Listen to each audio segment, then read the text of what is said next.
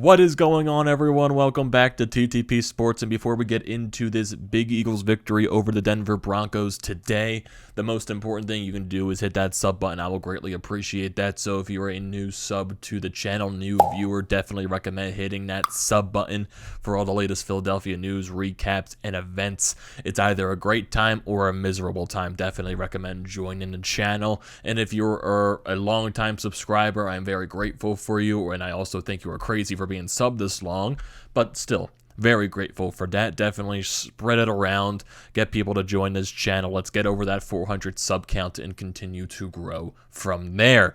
So, getting into the business today, the Eagles get a huge victory in Denver over the Broncos by a score of 30-13.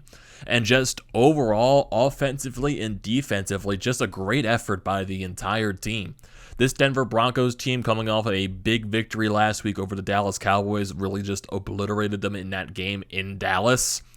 Coming home, they got the high from that victory. You're going into Denver, which is a tough team, well, a tough city to play in and a tough stadium to play in. And the Eagles came in, got the job done. A great effort both offensively and defensively. Jalen Hurts making plays, Devontae Smith making some huge catches in the run game. Just evenly spread out, it felt like, offensively. Evenly spread out with the run, evenly spread out with the pass. The run was opening up passes for Jalen Hurts, and Jalen Hurts was fantastic in that first half. He made a couple of mistakes in the second half, but really none of that came back to haunt him because the Eagles defense actually stepped up a lot in that second half with a blocked punt. You get Darius Slay returning the fumble for a touchdown, which basically I would say iced the game from there because Denver really just couldn't get anything going after that. They were able to get downfield a couple of times, but they really weren't able to contribute onto the scoreboard. So first half, I would say, was more offensively gifted, I would say. In the second half, the defense really stepped up. So that's a really great, evenly spread out game.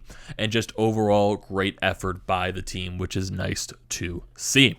So Jalen Hurts' stats on the night, he was really great. He was 16 out of 23 attempts. He went for 178 yards. He got 2 touchdowns. He had that interception in the second half, but honestly, I think it was a stupid idea for what he did on that interception, passing it into double coverage, but I'm going to let that one slide just because of how great the entire game was. It kind of felt weird because he did revert back into those mistakes in the second half, but I'm going to let it slide for tonight because the entire team just played really well today, and I think Jalen Hurts had a really impressive first half. Looking at the run game today, Jordan Howard and Boston Scott were impressive. They really were, both carrying it for over 11 carries. Jordan Howard with 12, Boston Scott with 11, both having over 80 yards total. Jordan Howard with 83, Boston Scott with 81 yards. So the run game was really, really impressive today. Longest run for Jordan Howard was 25 yards, and the longest run for Boston Scott was 23. And you get Jalen Hurts running the ball a few times. He runs it the most in this game, 14. He gets 53 yards on the day. So the run game was really impressive tonight. And in total, 214 yards on the rush, 40 carries in total as well. So very impressive on the running side. And that allows you to open up the passing game. And Devontae Smith had a huge first half as well. 2 huge touchdown catches, especially on the first one, where it looked like he was out of bounds, but he managed to get his legs in bounds on time, and it was just a great catch as well, getting covered by the man on him, and he just made a fantastic catch on that play. I believe it was a 36-yard catch for that first touchdown. Then he gets the touchdown in the second quarter, so he made some big plays today. Get Quez Watkins, he made a couple of good third down conversions, and Quez Watkins, he definitely had a very easy touchdown to catch at the end of the first half. Jalen Hurts just threw a dime right to him, and he just couldn't get his fingers wrapped around the ball entirely.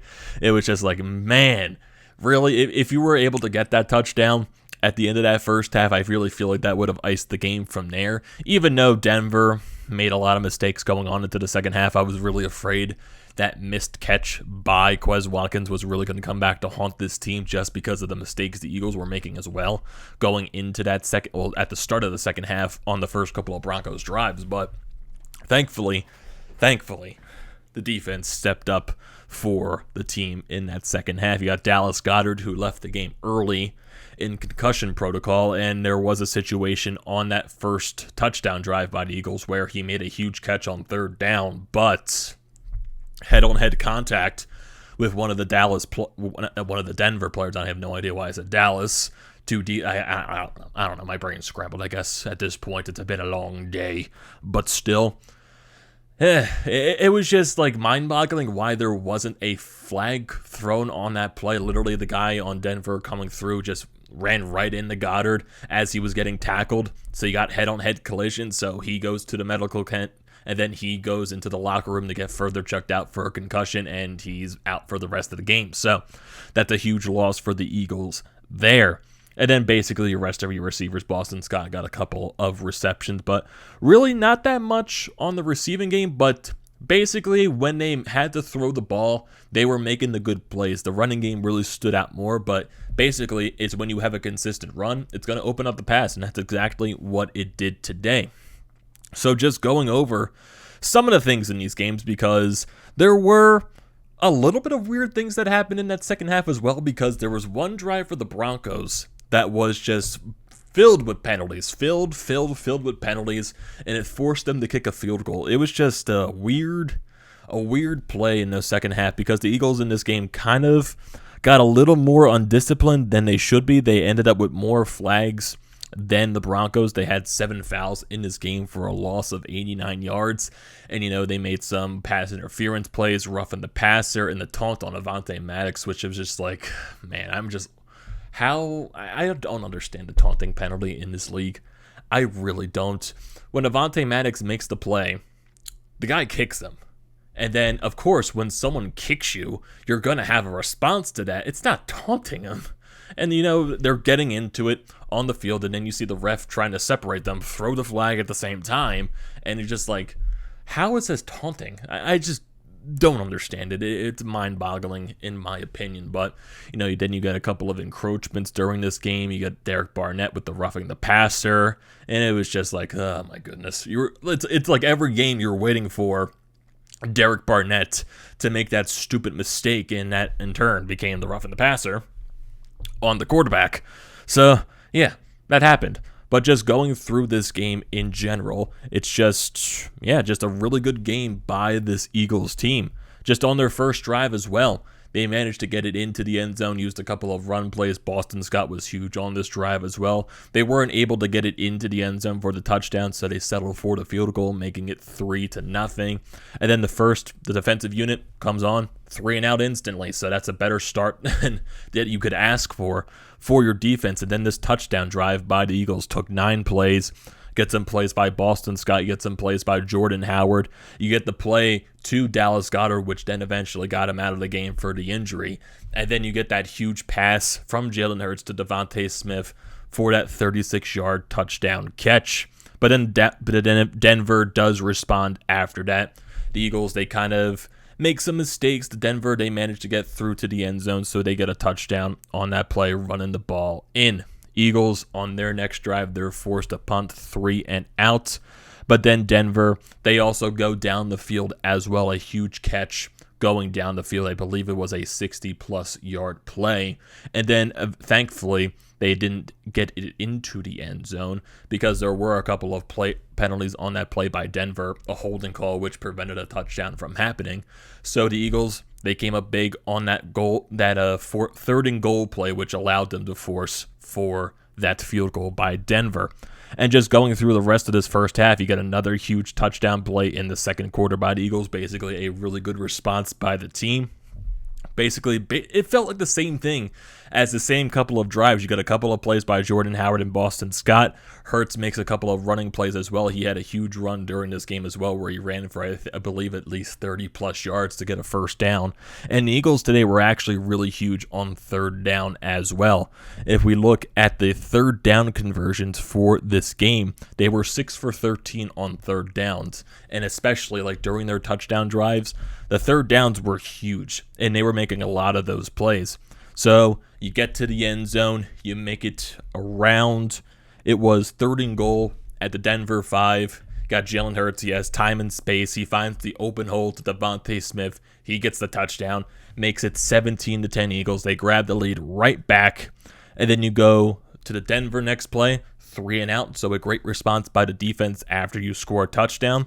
Then you go down the field once again. That turns into the Quez Watkins missed touchdown play. So that turns into a field goal for the Eagles. So that definitely was a missed opportunity right there. But still, you take the points and you go up by 10 going into the second half. So that's really good right there. But going into Denver's first drive of the second half, they run right down the field, but the defense does come up big on the first and goal, second goal, that situation, in the red zone situation, basically. So Denver, they try to go for the field goal, but then you get a huge block by Kevon Wallace to prevent those points from happening and basically just shutting down anything Denver had going for them.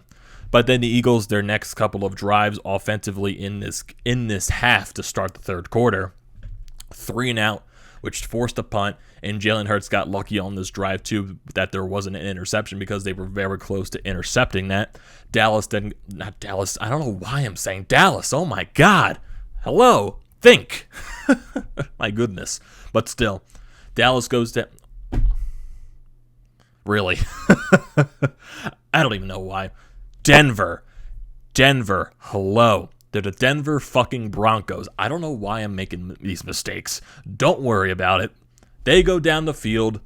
Eagles, they do really great in the red zone once again, forces them into a field goal, and they do hit it, so it makes it 20-13. But then the Eagles on their very next drive, Jalen Hurts, not a really good choice to pass into double coverage, and it gets intercepted by the Broncos, and it gets intercepted by Simmons, so they bring it down the field.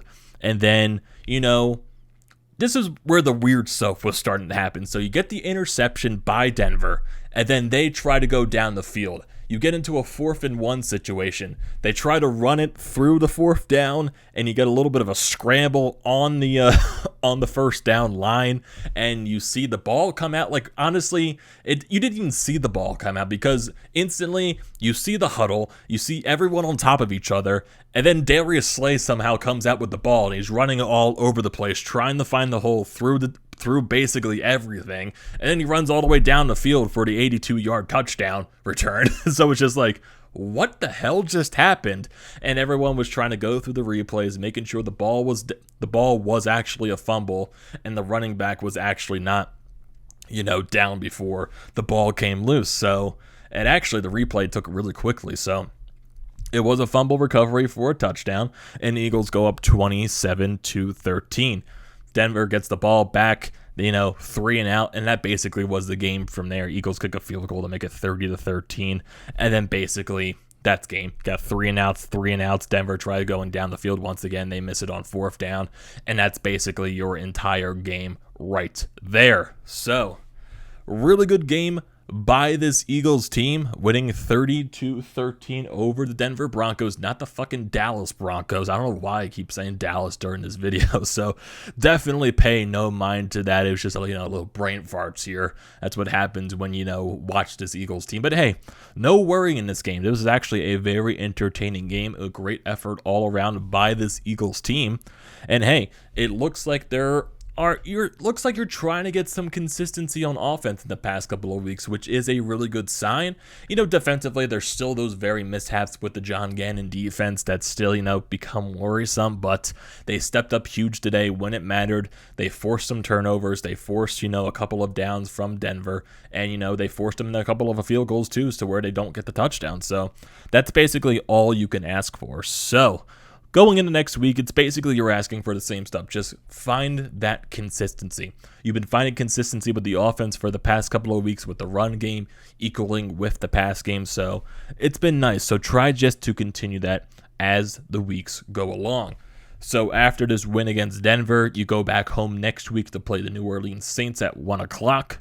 And then you go on a little bit of a road trip, even though you're only going to one city. You play the New York Giants on the 28th, and then you play the New York Jets on December 5th. So basically, you'll go to New York for 1 week. They'll come back home to practice, and then they'll go to New York once again. You're playing at MetLife for 2 weeks in a row here.